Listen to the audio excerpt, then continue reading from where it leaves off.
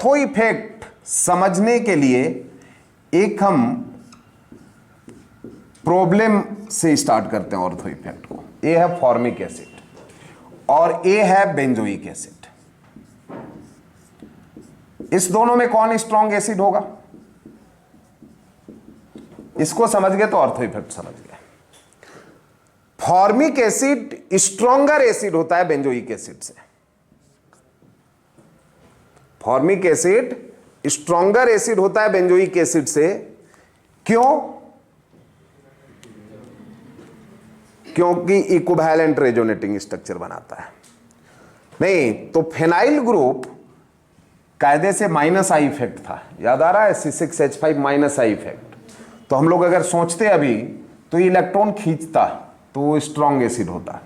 अगर सिंपल सोचे सिर्फ प्लस आई और रेजोनेंस इफेक्ट और इंडक्टिव इफेक्ट के बेसिस पे, नहीं हाइपर कंजुगेशन तो है नहीं यहां, तो ये इलेक्ट्रॉन को अट्रैक्ट नहीं करता बल्कि ये रिपेल करता है।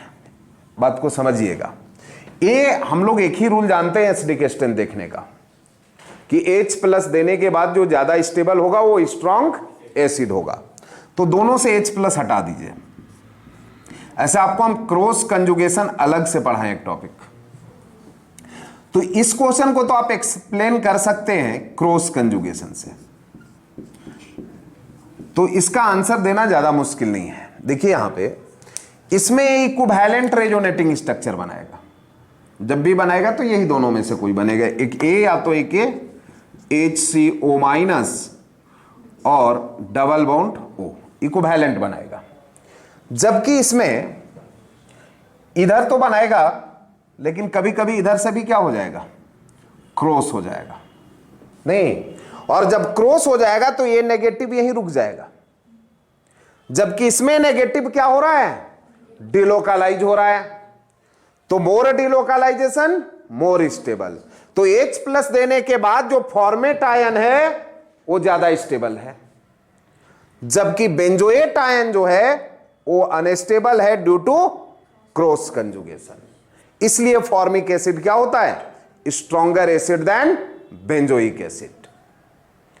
अब थोड़ा ध्यान दीजिएगा क्यों ये वीक हुआ है, इस पे ध्यान दीजिएगा, क्योंकि यहीं से कॉन्सेप्ट निकलेगा ऑर्थो इफेक्ट का।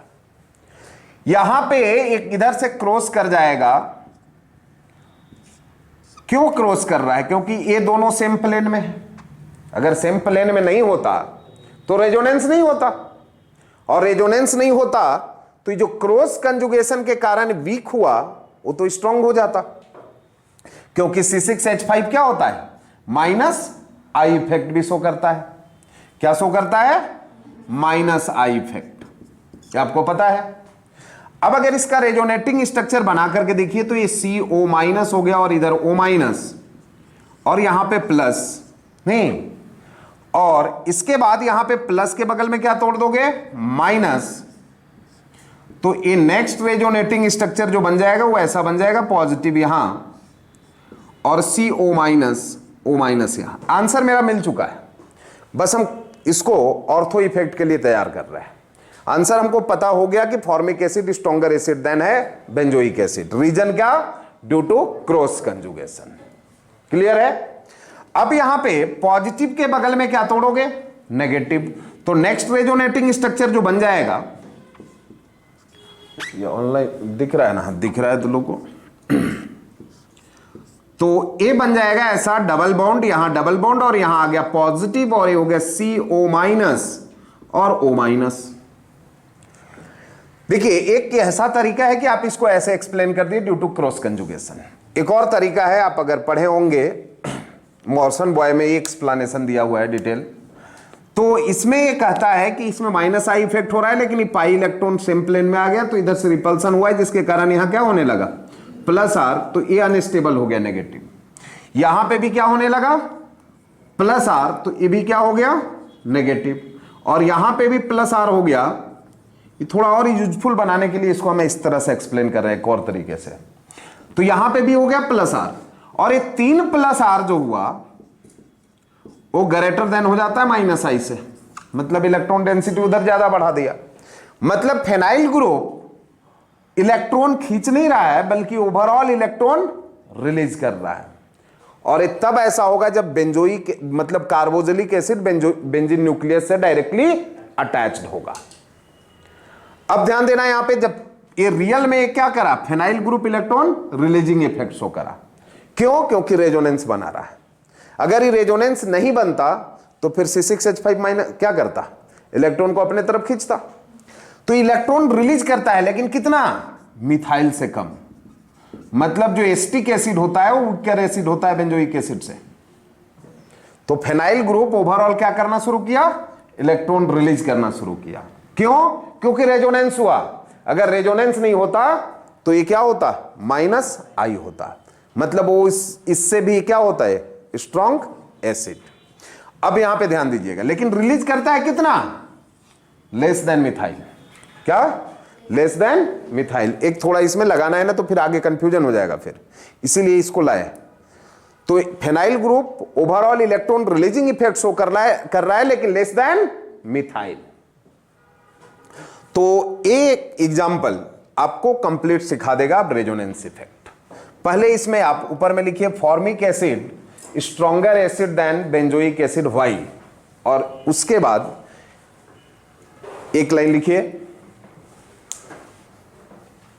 देखो क्वेश्चन से ही स्टार्ट कर रहे हैं हम लोग ऑर्थो इफेक्ट को। Formic acid stronger acid than benzoic acid Y.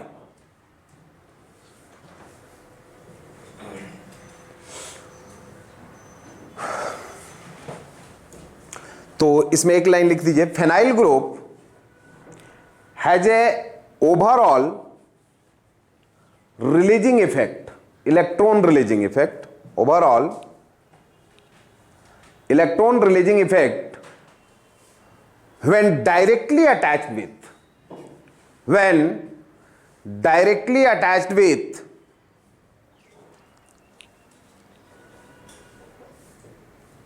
carboxylic acid COH group,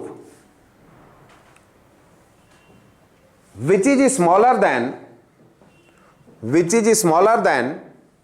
that of methyl group, because carboxylic group is directly attached to the nucleus of benzene,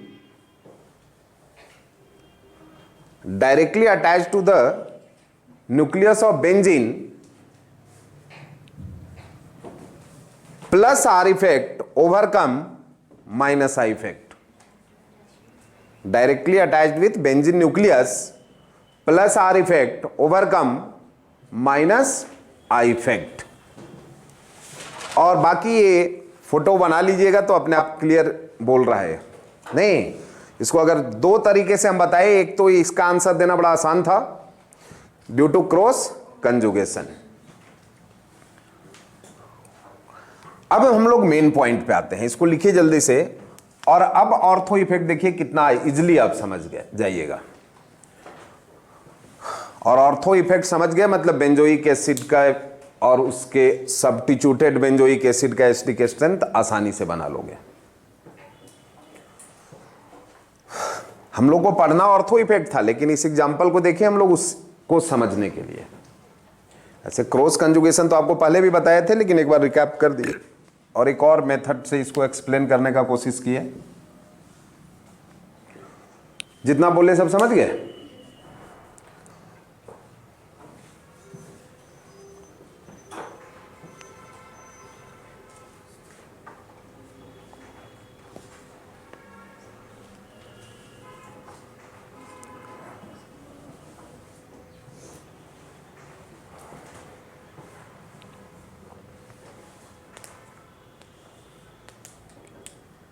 चलिए अब देखिए ऑर्थो इफेक्ट लिख लिए, तो लोग लिख लिया?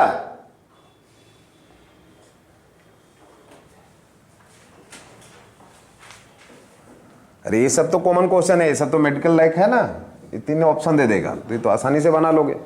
बेंजोइक एसिड वाला भी एनसीईआरटी में डिस्कस किया है। तो देखिए ऑर्थो इफेक्ट होता क्या है समझिएगा। अगर इसको समझ गए तो इसको समझने में कोई टेंशन नहीं है। देखिए ऑर्थो पे आप कोई भी ग्रुप जोड़ दीजिए, अब ऐसा नहीं कि फेनॉल में जोड़ के देखने लगना, बेंजोइक एसिड, कार्बोक्सिलिक एसिड में ऑर्थो पे अगर आप कोई भी ग्रुप अटैच कर दीजिए तो बेंजोइक एसिड से स्ट्रॉन्ग एसिड हो जाएगा।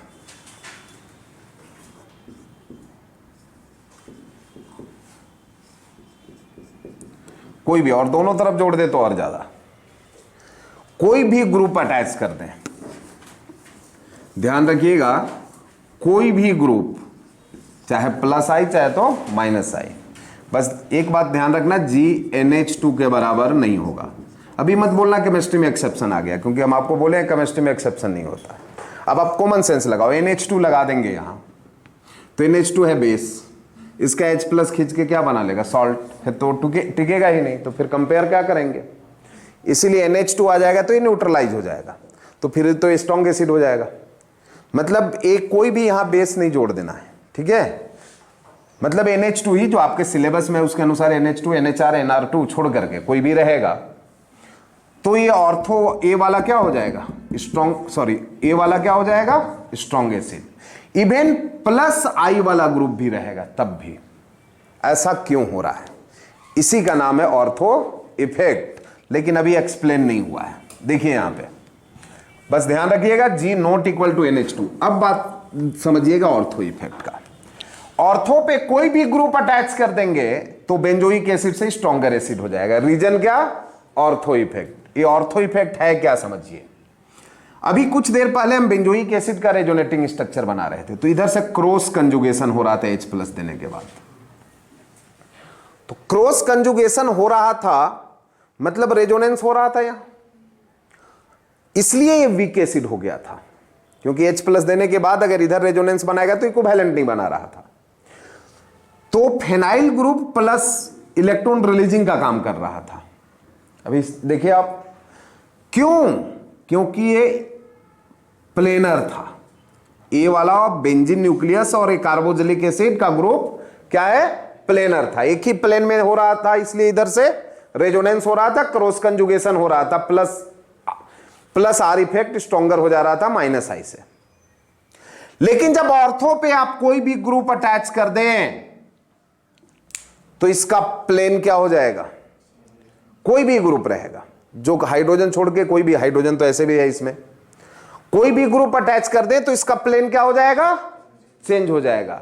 और जब प्लेन चेंज हो जाएगा तो इधर से जो प्लेन चेंज हो जाएगा तो रेजोनेंस नहीं होगा, और रेजोनेंस नहीं होगा तो इधर से जो क्रॉस कंजुगेशन हो रहा था वो खत्म हो जाएगा।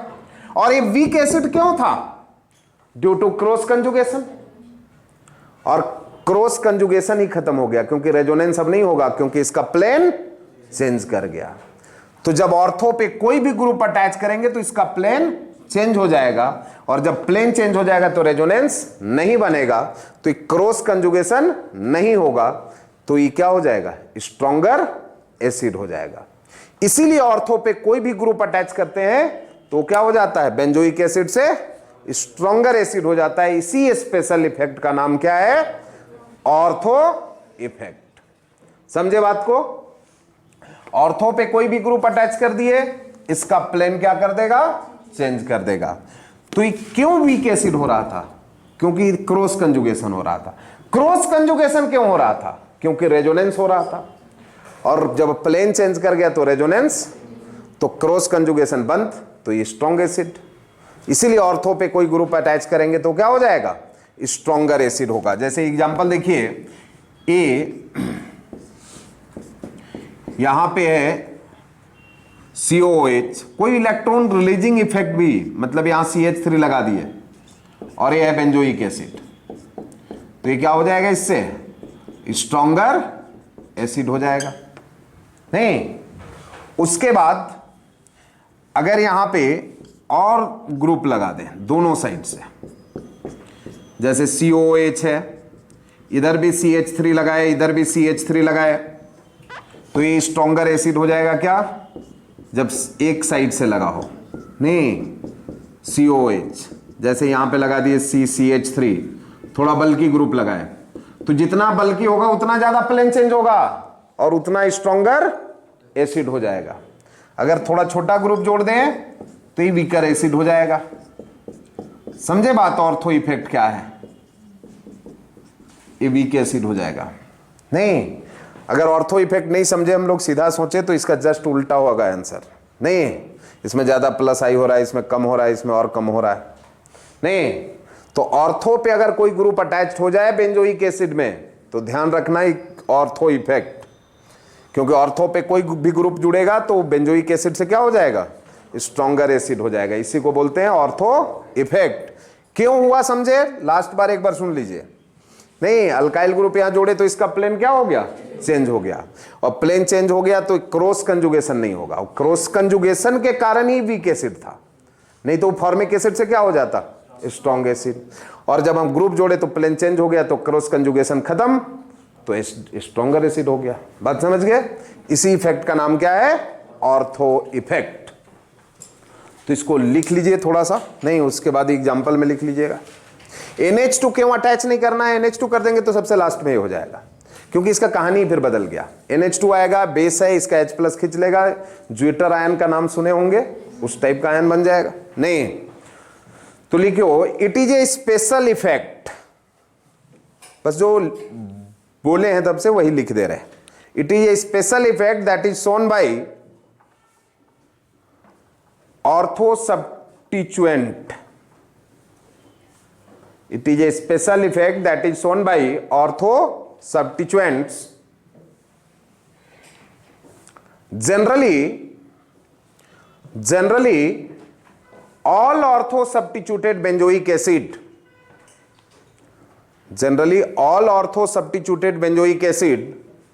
is stronger acid than benzoic acid. Reason भी थोड़ा लिख लीजिए, क्योंकि जितना बोले ऐसा भूल गए तो गड़बड़ हो जाएगा। Because benzoic acid is a resonance hybrid. Benzoic acid is a resonance hybrid. ये वर्ड का मीनिंग समझ गए ना? प्लेनर है इसलिए रेजोनेंस बना रहा है पूरा, नहीं, benzoic acid is a resonance hybrid. And so the carboxylic group is coplanar with the benzene ring. Coplanar with the benzene ring. And ortho substituents tends to prevent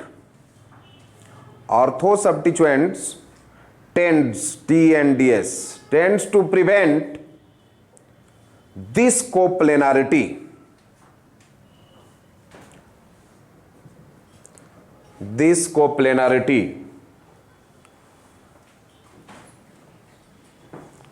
Thus resonance is dismissed.